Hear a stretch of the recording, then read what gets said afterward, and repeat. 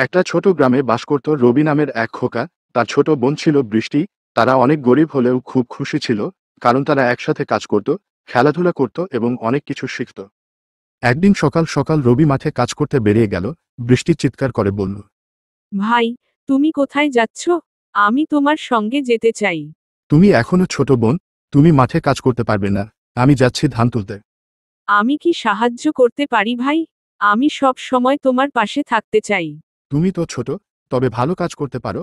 তুমি আমাকে খিচুড়ি বানিয়ে দিতে পারো, আর আমি যেন কিছু খেতে না ভুলে যাই। বৃষ্টি আনন্দিত হয়ে রান্নাঘরে চলে গেল এবং খিচুড়ি বানাতে শুরু করলো। রবি মাঠে গিয়ে ধান তোলার কাজ শুরু করলো। একটু পরে তার বন্ধু মিতা এসে পৌঁছালো।